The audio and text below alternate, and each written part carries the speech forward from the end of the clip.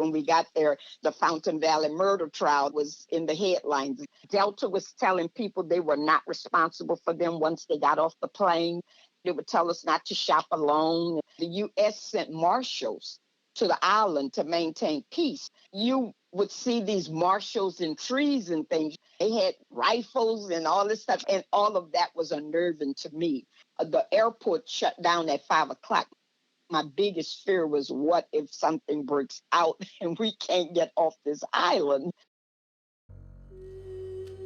The 431 Exchange presents Exchange Place: How a Small, Struggling School Transformed Civil Rights in New Orleans and the Nation.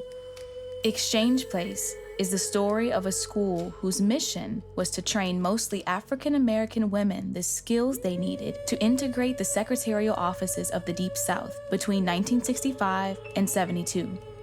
Those offices were not just segregated. For the most part, they were completely off limits to women of color, and many were fighting to ensure the workplace would stay that way for years or decades to come. The first season of the podcast tells the inspirational biographies of the school's graduates who changed the moral skyline of their city, how they did it, and how the school's teachers and supporters struggled to overcome the massive forces arrayed against them. Episode 11, Pamela Cole, A Working Life. An exchange between Pamela Cole, Adult Education Center class of 1972, and Jeff Joffre, the youngest son of the center's director. Part 1, A Working Life. A work opportunity for your boyfriend in the Virgin Islands with the petroleum company Amerada Hess led to a marriage proposal. He had started interviewing with a headhunter, as you would call them, and the lady got him the interview at Amerada Hess in the Virgin Islands. So he went down to the islands and called me, and he was like, "Oh, I love it here. I think I'm going to accept this job, but I don't want to be here alone. I want you to come with me." I said, "Oh, yeah, sure. I would love living in the Virgin Islands." But my mother said, "Oh, no, you're not going to the Virgin Islands without the benefit of a wedding ring." I told him, "No, I can't go unless you and I get married." And he said, "Oh, no, I was going to ask you to marry me." So we got engaged on his birthday, which was March 4th. We got married on March 24th, that same month. And we moved to St. Croix the following month. So in just a few months, you'd graduated from the Adult Education Center, landed your first executive job at Shell. You were promoted to a team that was responsible for moving Shell's corporate offices from New Orleans to Houston. You moved to Houston, became engaged, got married, and then went to live abroad in the Virgin Islands. Yes, I had to quit my job, give up my apartment, move back to New Orleans, plan a wedding, and then go to the islands. That was a lot for me because I was only 21, 22 years old at the time, but persevered. That wouldn't be the last time your life and your career was secondary to your husband's career. When you arrived in St. Croix, Virgin Islands, it was a politically charged environment. In 1972, a group of armed gunmen murdered 8 employees and tourists at the Fountain Valley golf course. 7 of the 8 killed were white. Another 8 were either shot or wounded. The perpetrators were Afro-Caribbean, and the defense argued in part that the murders were politically motivated, but others said it was a robbery gone wrong. One of the defendants was quoted as saying that he was angry about foreigners coming in to take our money and leaving us with nothing. The Fountain Valley murder trial in the following months put the Virgin Islands on edge. As an African American from the mainland United States, you were caught off guard by the resentment of all foreigners, black or white, by Afro-Caribbean people living in the Virgin Islands. When we got there, the Fountain Valley murder trial was in the headlines. Delta was telling people they were not responsible for them once they got off the plane. They would tell us not to shop alone. The U.S. sent marshals to the island to maintain peace. You would see these marshals in trees and things. They had rifles and all this stuff, and all of that was unnerving to me. The airport shut down at 5 o'clock. My biggest fear was, what if something breaks out and we can't get off this island? The tensions were on another level from what you'd experienced in New Orleans. For instance, you were evacuated from a restaurant after a riot broke out on the streets and gunmen and gunfire spilled into where you were eating. Black power stuff was always far removed, but here I was in the heart of the matter, us assuming because we were all Black people, there would be a correlation between your troubles and my troubles or whatever. But no, they didn't see it like that. They considered us outsiders. They said we were taking jobs that belonged to the people in St. Croix. You learned the hard way there were prejudices between the people of one Caribbean island and another. Barbados, St. Kitts, Aruba, Trinidad, etc. I thought everybody there was Crucian. One guy, his name was Maurice. I say, "Oh, are you Crucian?" Oh, he went off on me and he told me, "No, I'm not a Crucian." And they considered Crucians to be lazy people. And they had their own stereotypes of the Crucians. You made friends with another Black couple from New Jersey who'd also come to St. Croix at the same time. They felt much the same as you. One of the other couples who had come down the same month we arrived from New Jersey, her husband had accepted a job to come to St. Croix and work for Amarada Hess. She was a social worker in New York, and they would not hire her in the islands, telling her that she did not understand what their problems were. You got an office job at a local law firm and experienced tensions with two Afro-Caribbean women who worked in the same office. The only person who would befriend me in the office was a lady from Trinidad, and her name was Linda. Myrtle and Irene, they were from St. Croix. We were all working in a purchasing department, and my desk was between the two of them. A lot of times, the men would come in from the field, and they would pass by my desk and say, "Bonjour, madame." So being from New Orleans, you're friendly. I would smile.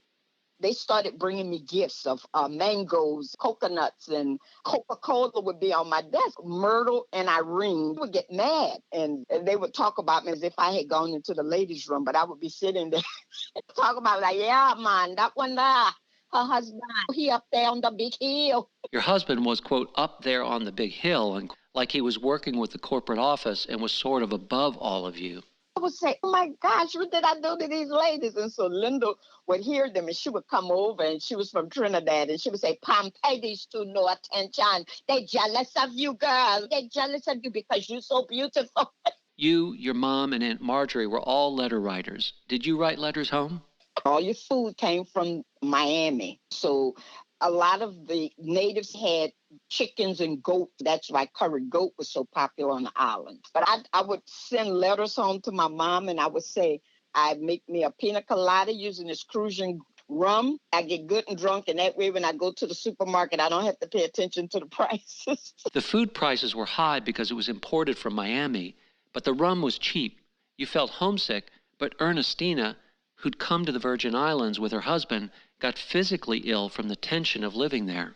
I felt so helpless. What is going to happen to us if anything happens? Are we going to be protected? Ernestine and her husband decided to leave the island because she broke out into hives. Her nerves was just that bad at what was going on that the doctor recommended that she return to the States. So then when she left, I had no one. They were older than us, and we had gotten to be real close to them. So when they left the island, I felt abandoned. I was like, "Oh no, I don't have anybody here now." Your worst fears were almost realized. A catastrophic explosion occurred at the refinery where you were working. The week we were scheduled to leave, there was a big explosion on the island in one of the areas of the refinery. And I remember them having to shut down this gas real fast.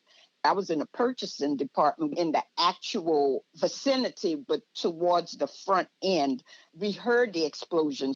The island was, I think, 26 miles long. You could cover Christiansted to Frederiksted in about 15 minutes. But I was so fearful that the whole island was going to blow up. I understand from news reports of the time that the explosion could be heard all over the island.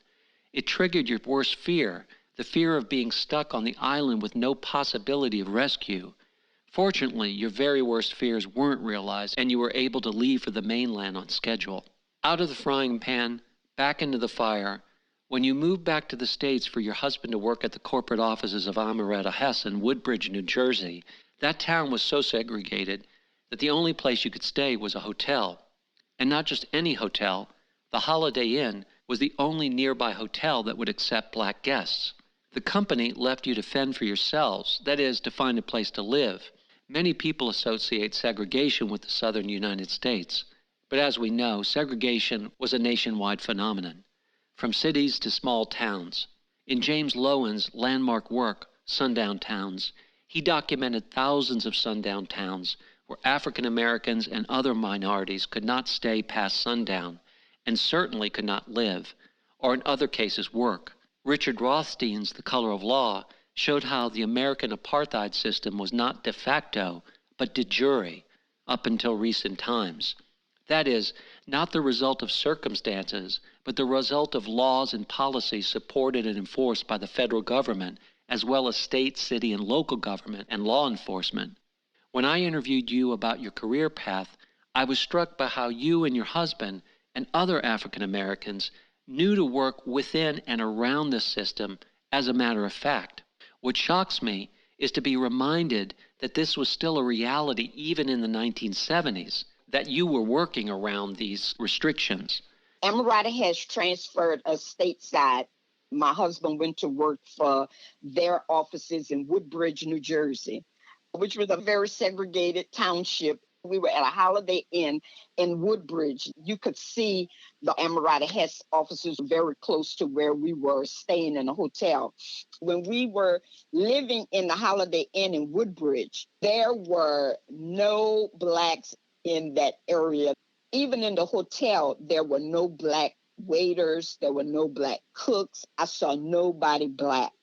Until one day, a guy who was a salesman for Gulf Oil Company, he lived in Philadelphia, but he would often stop in New Jersey, and he happened to be in the same hotel that we were living at, and he came up to us, and he was just hugging us, and we didn't understand. He was like, I haven't seen a black face in this place. So naturally, we all got to be close friends. So he started showing us the black areas of New Jersey where he would go and find food. So this is how we ended up in Rahway, because there was a restaurant and they had just built these twin tower apartments, and they were integrated.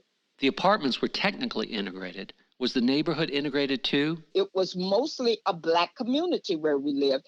I could walk to the train station and catch the train that took me to Newark every morning. New Jersey is a lot of factories. There was a Norelco factory in the heart of that black community where I think a lot of the blacks worked. Many black communities were located near factories, prisons, and industrial areas, also within close proximity to commuting centers, places that were less desirable from a real estate standpoint, or conversely, where voters with relatively less political power would have correspondingly less to say in zoning of factories, chemical plants, interstates, and prisons. I managed to get a job after we did find an apartment in Rahway. I got an interview with Prudential Life Insurance Company, which was located in Newark, New Jersey. I was in Newark, I think, for roughly 3 years before they sent me to the Woodbridge offices. You advanced at Prudential, taking on more responsibility, but often without additional salary or title. For instance, when you started managing the steno pool in the actuarial department, you designed a tracking system showing how much work was being done for whom, and that exposed certain problems within the department that had gone unnoticed. Your initiative got you into trouble because it exposed some issues with one of the actuaries. On the other hand, your initiative helped you get your first secretarial job, as opposed to working in a secretarial pool, and with a boss who gave you some good advice. I got my first secretarial job working for the guy who was over human resources. His name was Alex Plinio, Plinio, and he looked just like Al Pacino. The Godfather was the big hit movie, and I loved that movie. He got me to slow down. He would say, Pam, I know you like to type fast, but I can tell how many times you take that paper out and start over. So he says, I want you to slow down your typing and go for accuracy over speed. In a typing pool, you had to type fast. So that was my thing. But I did learn how to slow down, and that really worked. Then a position became available in the training department at Prudential. This is now the mid-1970s. How many other black secretaries did you encounter at the workplace? Usually at that time, I was always the only black, even when I worked for Alex in the Human Resources Department, I was the only black. Then when I moved to the training department, I was the only black. So, after the Virgin Islands, you were integrating one office after another, even in the North, where segregation wasn't supposed to be part of the culture or the laws. In the training department, an inexperienced white teenager just out of high school pulled strings to earn parity in salary with you, even though you had worked at Prudential for several years at the time, had an unblemished work record, and more skills.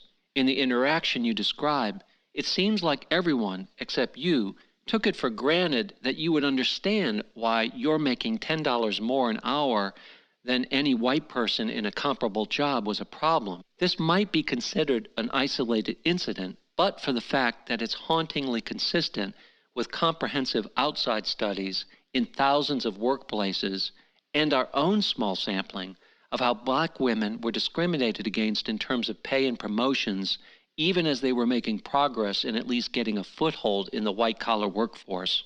I worked for the associate director of training, and he was the guy who did all of the tests for the people who were training to become an actuary. He and I had a good relationship up until Donna, who worked for the director of the department, realized I was making $10 more than her. Donna felt she should be making more than me because she worked for the director, but she had come right out of high school, no previous training, whereas I had training in secretarial skills. And so it made me feel I'm not valued because you must see the output. I was doing all of the typing, all of the work for the actuaries. Donna ultimately did get the raise. Your assessment of your abilities was confirmed when you were recommended for a position in the legal department by someone within the legal department. But your boss in the training department, who had told you about Donna's raise, blocked what would have been a substantial promotion for you. The lady in Human Resources called me and she said the legal department would like you to join them and they're going to send you to paralegal school in New York. She said, wouldn't that be wonderful? And I was like, oh, yeah. She said, but Pam, let Mr. Becker tell you. Mr. Becker was my boss at the time. She said, I just wanted you to know, I think it's a wonderful opportunity for you. I said, okay. And so I waited, and at the end of the week, Mr. Becker still had not said anything to me. So I went into his office and I said, I understand the legal department is interested in me coming to work with them. I said, I would love that opportunity. And he said, I turned it down. He said, I think that you are the best secretary I have ever had, and I just don't think I will ever find a secretary like you. And that was the nail in the coffin because I was really furious by then. Now you're stopping me from a better opportunity because you feel you are not going to find a better secretary. You may not agree, but it sounds like a plantation mentality, like he's the master of you and your destiny. Fortunately, at that time, you had the freedom to quit and find a better opportunity. You handed in your resignation at Prudential and almost immediately got a job working for the pharmaceutical company Johnson & Johnson that had become a progressive company in terms of diversity. This was my first opportunity to work with a black male. He was military, Mr. Frank Steele. He was a graduate of West Point. Johnson & Johnson hired him as their EEO director. The EEO stands for Equal Employment Opportunity. In 1972, Johnson & Johnson was one of a group of public companies that made a point of hiring more diverse management after the intense pressure put on GM and other companies to do so in 1970. An SEC ruling in favor of shareholder resolutions addressing social issues and scrutiny from the Michigan Civil Rights Commission for violating the state's anti-discrimination clause were factors that finally caused GM to appoint an African American to its board. Like the corporations of the Deep South, there were no black secretaries at GM when the Adult Education Center was conceived, much less blacks in management. The point I'd emphasize is that desegregation in the workplace did not happen magnanimously, nor because of changes in the law. The changes finally happened when pressure was applied by groups and individuals applying pressure within the limits of the law. There was also a Black vice president at Johnson & Johnson, Mr. Harold Sims.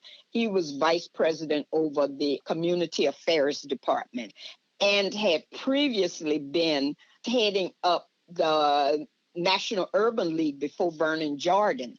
This was the first corporation that I worked for that had Black supervisors, a Black vice president, Black directors, and Black lawyers.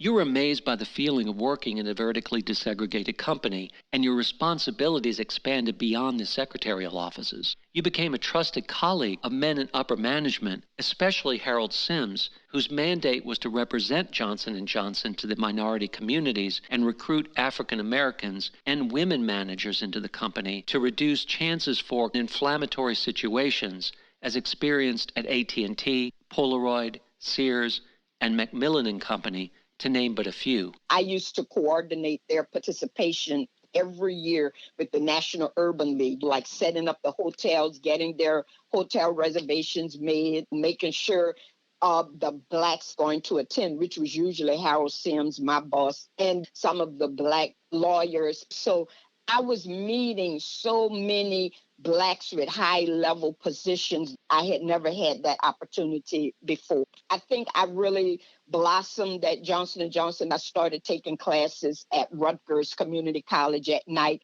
Johnson & Johnson paid for your night classes.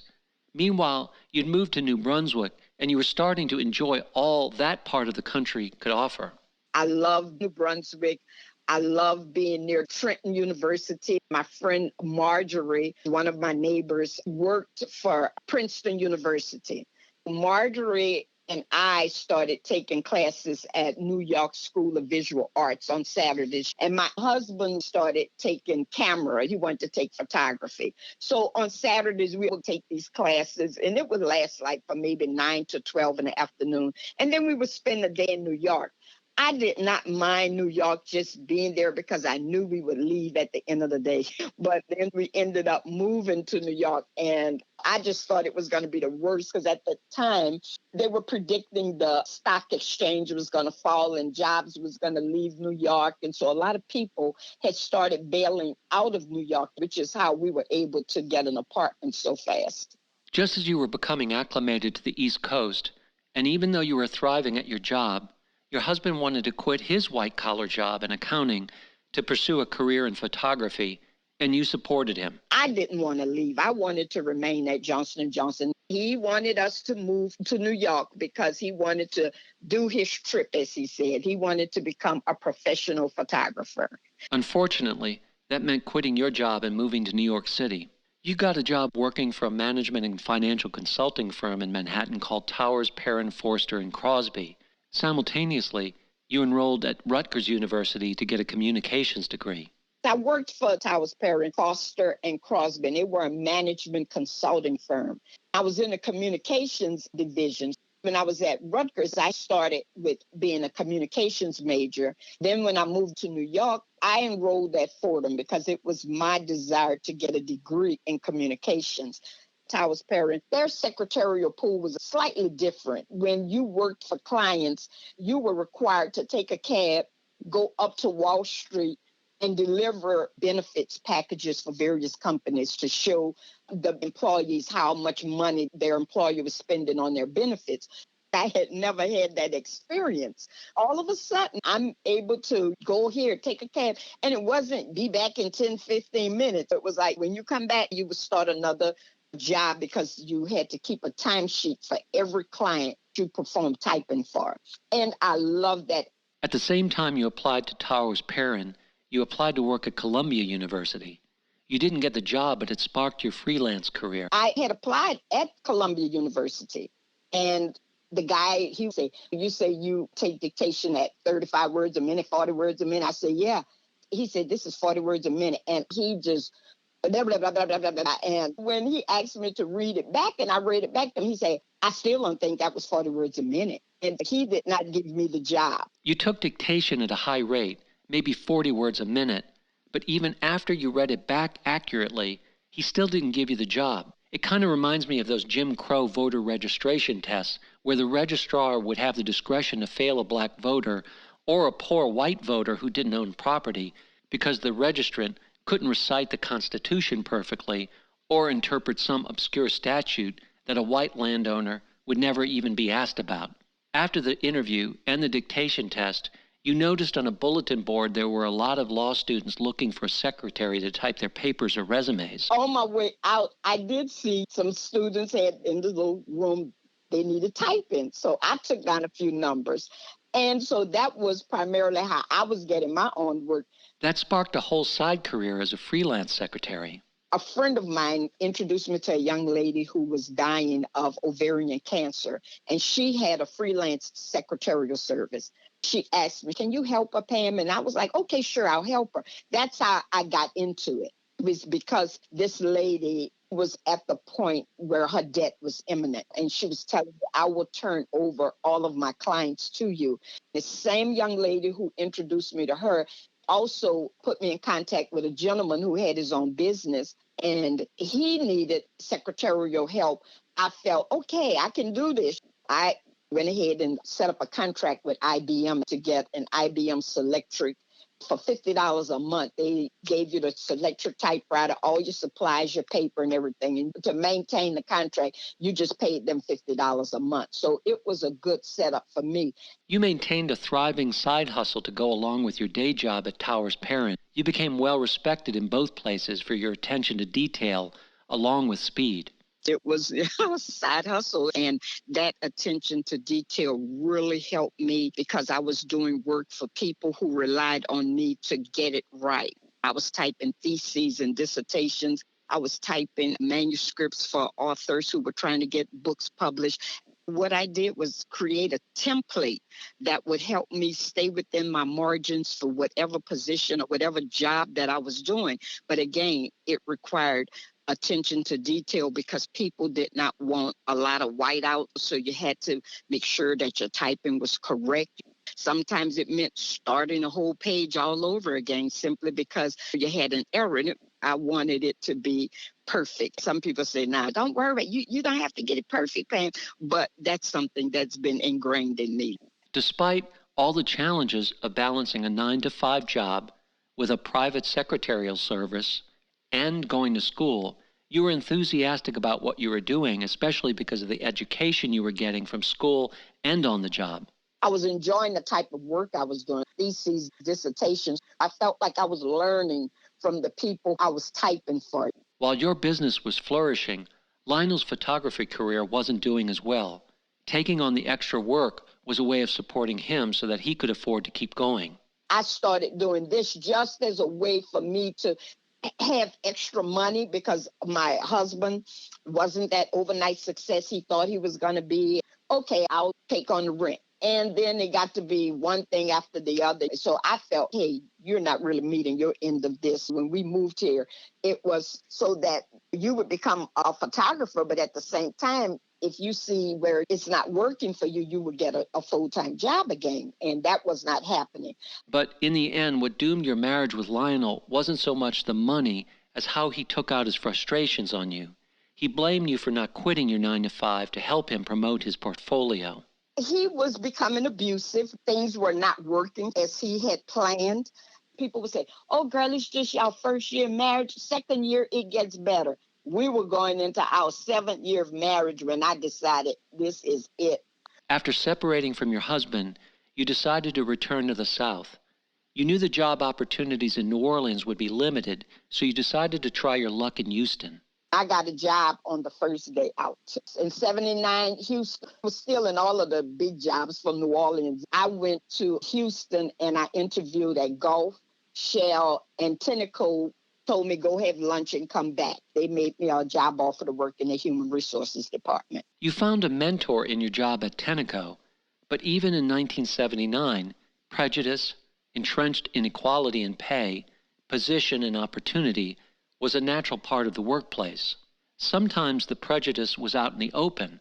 For instance, when you were not allowed to sit in the executive office suite, even though you were part of the executive staff, because there was already one black secretary, and they didn't want two out in the open. Prejudice was also subtle. For instance, at Tenneco, your first boss didn't want to let you take on responsibilities you were well qualified to take on. and as was the case with Prudential, blocked you when you sought out better opportunities within the company.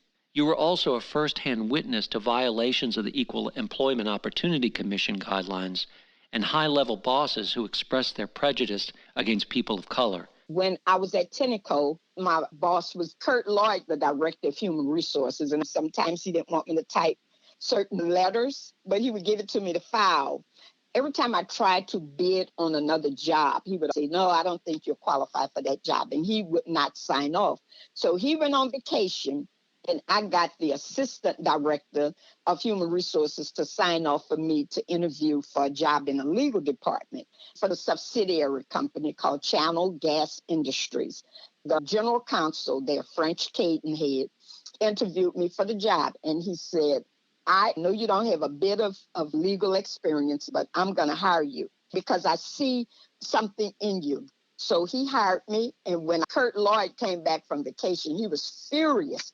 And he actually tried to get French to rescind that job offer to me, but French wouldn't. He said, no, I think she can handle this job. You learned a lot while working with French. French, he said, I want you to join Professional Secretaries International, PSI, which I did. Then he had me join the Houston Legal Secretaries Association. He would give me things to look up in the law library, and he would tell me, this is the section where I want you to go, and this is the case I want you to research for me. So he was always training me. He would tell me things like, Pam, and I would just get up and go in his office. He would say, where's your pad and your pencil? He said, whenever I call you, never come in my office without a pad or a pencil, because you don't know what I have to say, and I don't have time for you to go back to your desk. So it was these little things that I learned from him. If he said, I want to dictate a letter to you, it's going to be on such and such, I knew at times to go and get the file, come in his office with the file,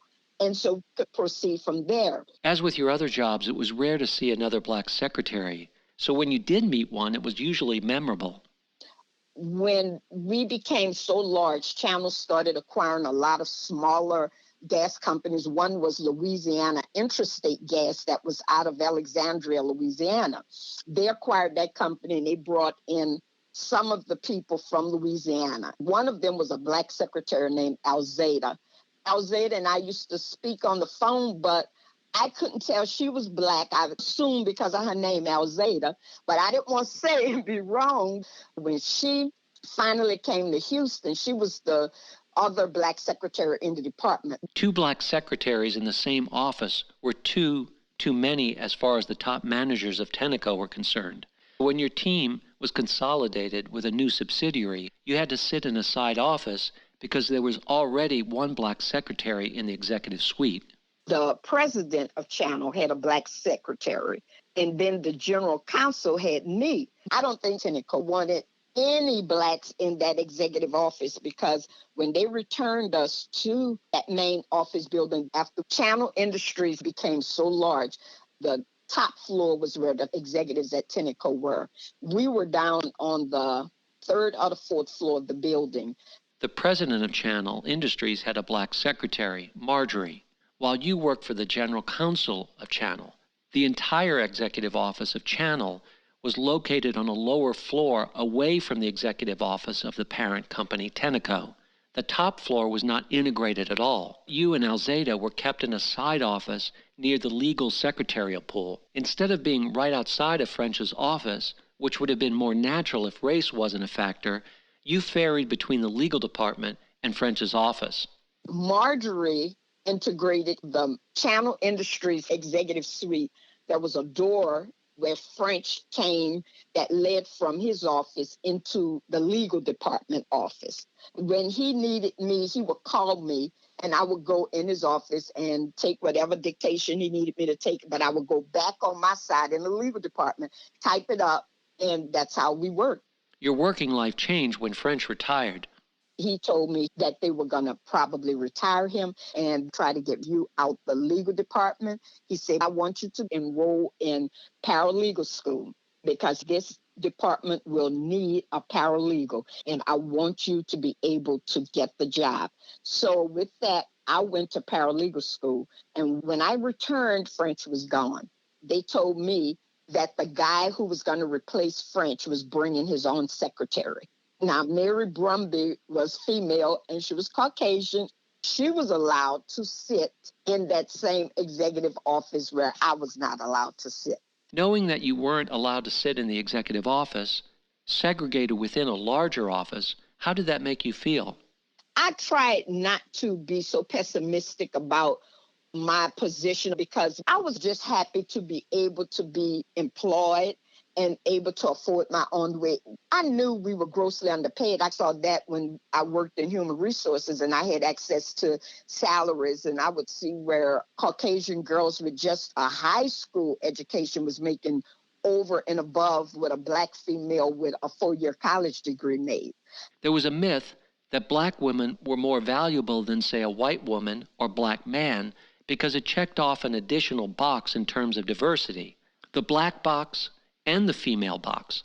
But if there was any truth to that myth, it didn't translate into cash in your pocket. When I started working for Tenneco in the human resources department, a lot of white females would come to me and say, I know you mean more to the company than I do because you're counted twice.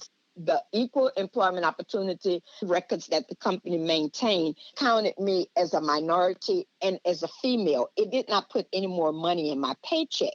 That was the assumption. I made a higher salary than they did because I was a black female. I would be like, oh my gosh, if y'all only knew. Black men in the same company, for instance, a lawyer in human resources, suffered from prejudice that reflected how everyone understood and played into patterns of discrimination. For instance, white secretaries who didn't want their careers tied to black managers. When I worked for the EEO lawyer, who was a black guy, Frank, and I was working for the human resources director. Now, I worked for the lawyer and for the director with no extra money because the white female girl said she did not want to work for Frank because he had already reached his plateau. He was as high as he was going to go in the corporation. She did not want her advancements tied to his career. A white female secretary didn't want to be tied to the career trajectory of a black man in corporate America. A black man, yes. She felt, I'm not going to get any promotions because they're not going to promote him any further. He's already as high as he's going to be. She made it known to them, and they allowed her to work for another white guy in the office. When she was given another job with a white attorney, you then had to serve as a secretary for the black lawyer, Frank, and the director. That was also detrimental to Frank because he didn't have the same resources as he would have had otherwise, his own dedicated secretary. Frank gave you some good advice about dealing with unequal treatment based on his own experience. He and I would often sit down and have discussions, and he would tell me, hey, don't get all discombobulated about this. He was the one who would help me keep it under control, not let your emotions get all caught up in it. You learned that the EEO rules and regulations weren't always enforced. They were a guide at best, as equal opportunities were gradually expanding.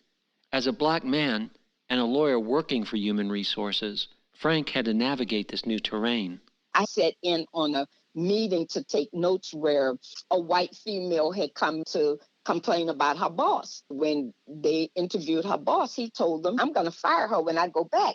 And they were like, no, that's considered retaliation. And he said, I'm going to fire her because no secretary of mine is going to come to you, meaning Frank as a black man, and complain about me. And so he went back and he fired her. He was willing to put his job on the line. Even though he knows it's retaliation, he's still going to, because he knew his job wasn't going to be affected by it. Getting back to your transition after French retired, the new general counsel brought his own secretary and made it known that he didn't want to work with any black people in any position. You weren't fired, but moved into the legal secretarial pool. As French predicted, once he left, they brought in another guy to be the general counsel. One Hispanic girl came to me and she said, Pam, they asked me to talk to you. And she just said, they asked me to talk to you. And I could only assume that it might have been her white boss who told her, you might want to let Pam know this. They told me the general counsel. He had a dislike for blacks because his niece had been raped by a black man or something. How do you think they found out the new general counsel's opinion? They had a golf tournament to get to know the new general counsel, and he must have let it be known to people, I guess, at some point, how many blacks are there in the office and do I have to encounter them? I don't know what the conversation was, but I told the young lady, I said, I'll just stay out of his way. And that's what you did. You stayed out of his way, even though he made it difficult to work, over-assigning you tasks, ignoring you and another black secretary when he came in the office and in other ways. But you managed to survive because everyone respected your work and dedication. That is until, for the first time in your career, someone accused you of doing poor work, and you felt you had to fight back against the accusation. They gave me a guy to work with. He wrote a memo to me stating he could never recommend me for a promotion within a company simply because I had typed up this letter. And this letter was horrible, and he just tore me to pieces. So when I looked at the letter, the first thing I noticed right off was that was the day that I was out of the office. So I circled that date. At the bottom of the page was the initials of the secretary who did the job. Mary Brumby was the secretary to the general counsel. She had typed this letter. My rebuttal to him, I told him I was sorry. He felt he could never refer me for a promotion. But I pointed out to him that on the day the letter was typed, I was absent. So I attached a copy of my paperwork when you were going to take a day off. So I had Exhibit A.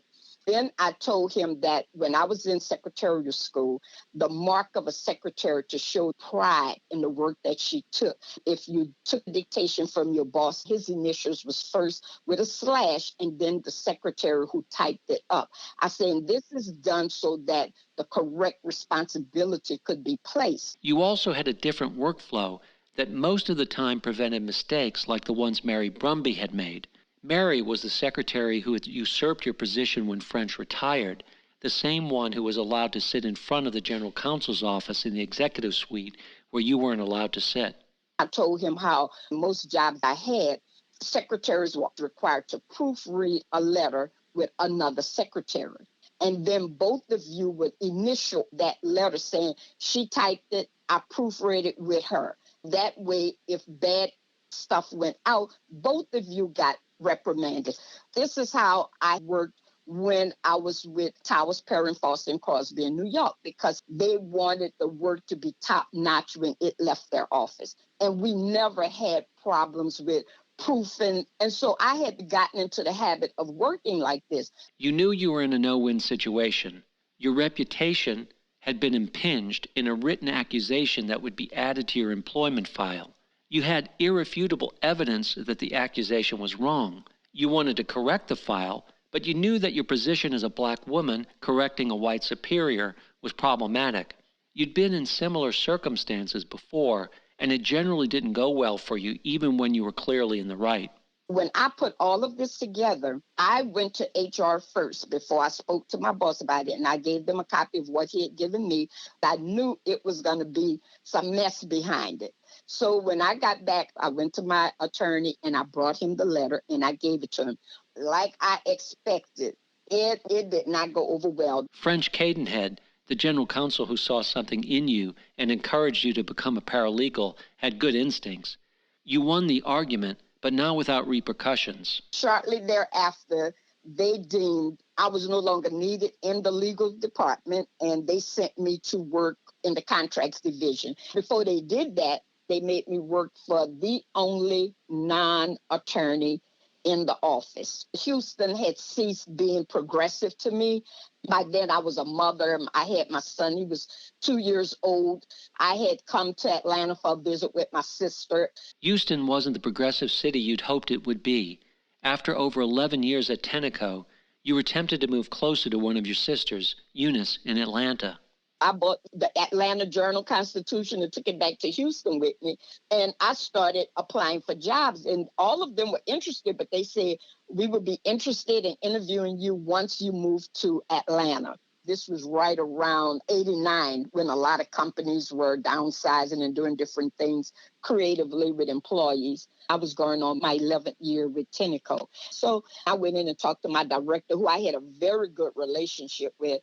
He didn't want me to go. He kept saying, Pam, I could use you in this office. And I was like, well, Dave, I got to go. I'm looking out for my son at this point. So that's how I ended up in Atlanta.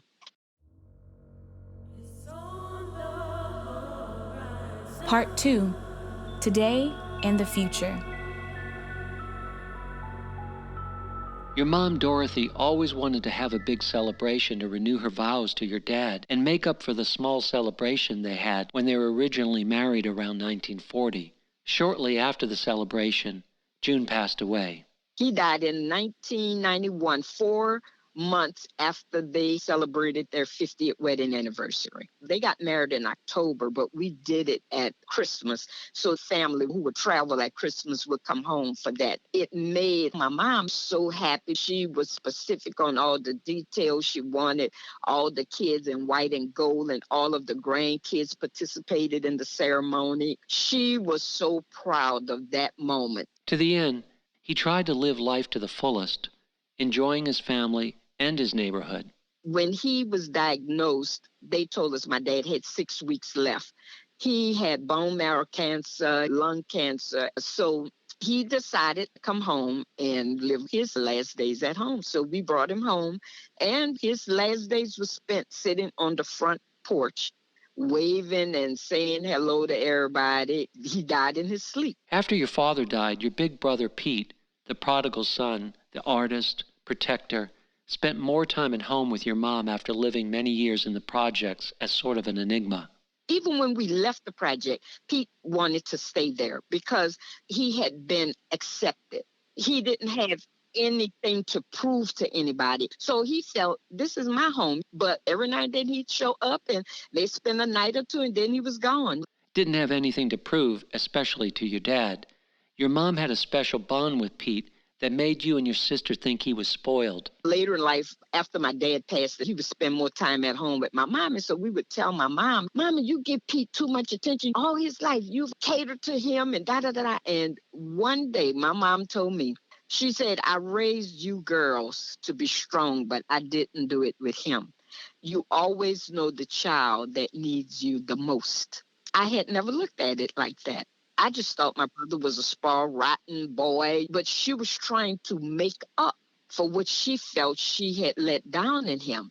She said, when you get to be a mother, you're going to know the child who's the weakest needs you the most. Carol and her husband of 50 years or so, Alvarez, decided to move to Atlanta mostly because she fell in love with your church. When she visited during Katrina, her family stayed with me. I brought them to my church, which was interdenominational. I told her it's a teaching church. That's what drew me to it.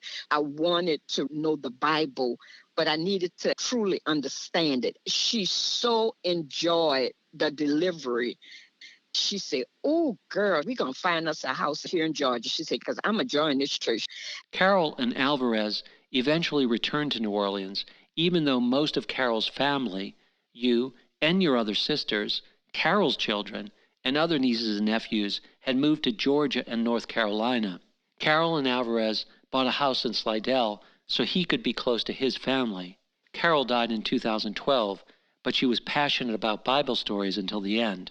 Her later thing in life was the Bible. Even up until she died, Carol would call you every Sunday to read a Bible story to you or have a conversation with you about the Bible. You stayed close to your brother-in-law Alvarez even after Carol passed. Oh, that's my brother. He's not my brother-in-law. He's my brother. He's living in the house in Slidell alone now since the girls and his only grandson is in North Carolina. They'll say, Dad, we're going to meet you in Georgia. So he'll drive as far as Atlanta, and they'll come and meet him and drive him up to North Carolina. Only your sister Brenda has kids still living in New Orleans. Brenda's 2 boys, Zane and Stacy. They're the only 2 left in New Orleans. All my nieces and nephews have left.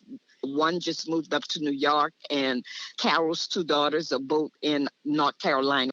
You, your Aunt Marjorie, your oldest sister Joanne, all find financial independence in leaving New Orleans. My nieces tell me today that because I left New Orleans when I was young to take the job in Houston with Shell. That's what made them want to leave. We remember when you would come home and how happy everybody would be. I said, I can remember when Joanne would come home, how happy everything would be. My mom would cook and have everybody over. Oh, here's my daughter. She's here from college. It was a big thing. Your sister Eunice, the bootleg hairdresser who was hired by Amico by Wanda Nichols before she even graduated from the center and who went on to a successful career, joined you in Atlanta. I'm glad Eunice got to leave New Orleans and see what life outside of New Orleans was about. As a result, her 2 children left and they have very good lives here. Eunice always wanted to leave New Orleans. So when Katrina came, that was her opportunity. She said, I'm not going back to New Orleans. So for the 11 years that she was here, Eunice made the most of it. I think her biggest contribution was she started helping with a Bible study group here and drew people to her. She would have the pastor laughing. She would say, the Lord's still working with me. You moved away for mostly financial reasons, but you still appreciate the special community in New Orleans. New Orleans has always had a community, white or black. You always knew where you stood. People are going to help you, even if sometimes they don't agree with you. You can always find somebody who's going to help you get your life along because they recognize potential. The graduates of the Adult Education Center often talk about how schools of its kind would be important today. Why is that so, in your opinion? We received a big benefit from Carol having attended that school. I cannot say that enough. I sit sometimes and wonder, where would we be?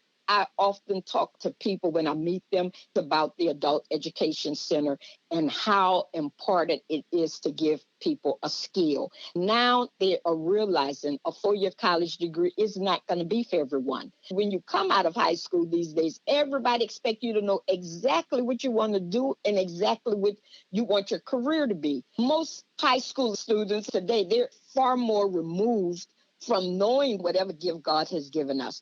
Whether he's given us the gift of gab, the gift of song, the gift to think differently, to see outside of the box. I think it's important that schools get back to teaching industrial arts to young men, that young women learn other skills that can be applied to self-employment and learning enough to start a business on their own. You're blessed to have a son, Jonathan, and now you're a grandmother.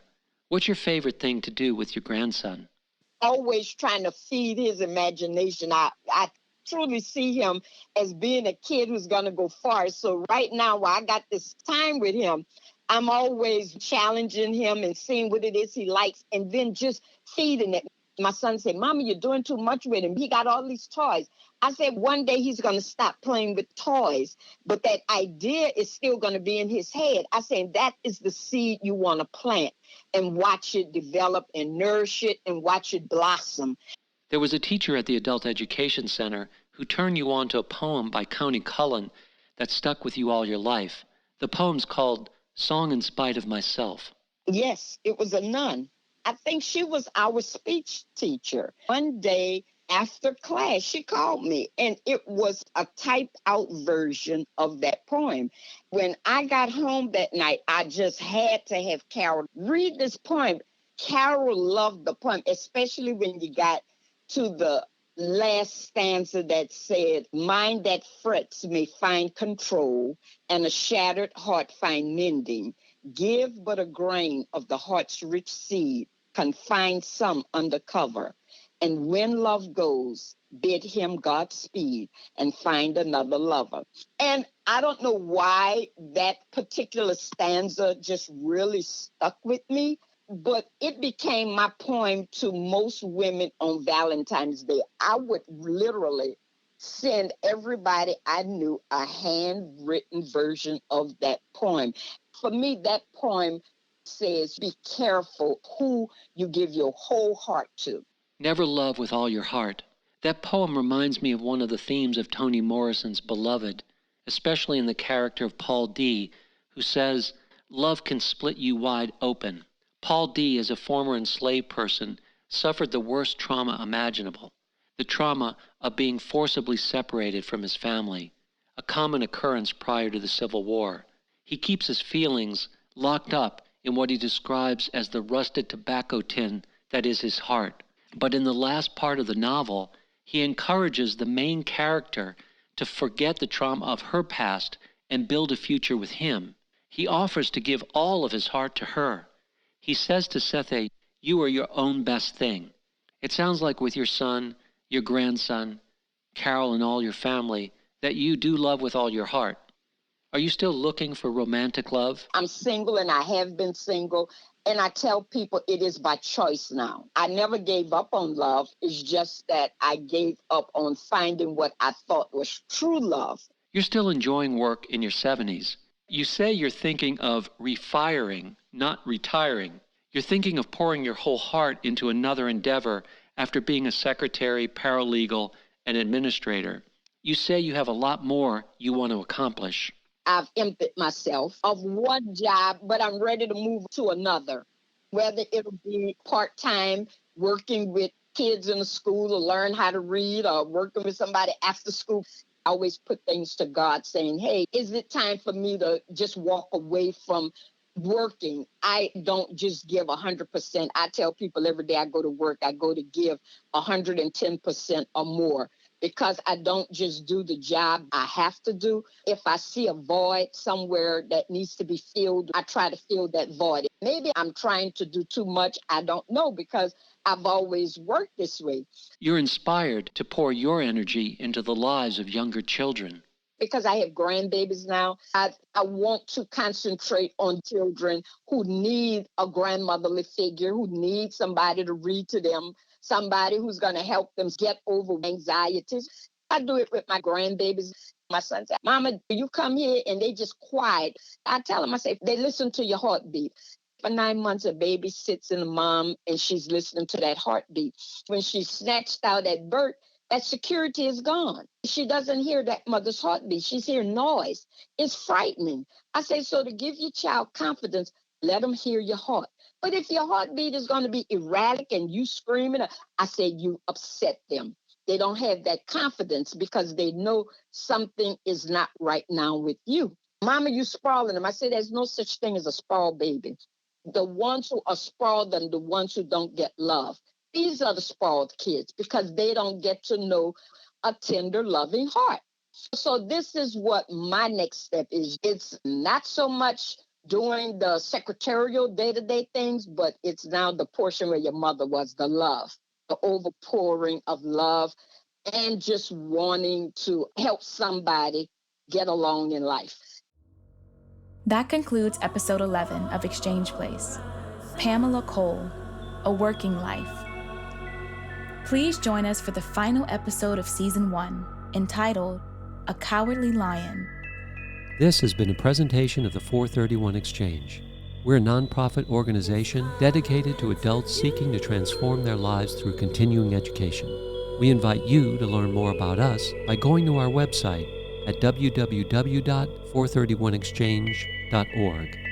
To hear more inspiring stories, please sign up for our newsletter. Thanks. Copyright 431 Exchange, LLC, 2022.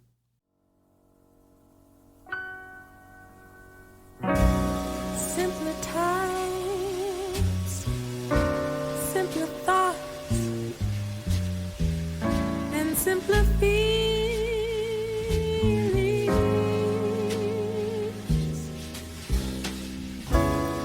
simpler smiles, full of joy and full of love.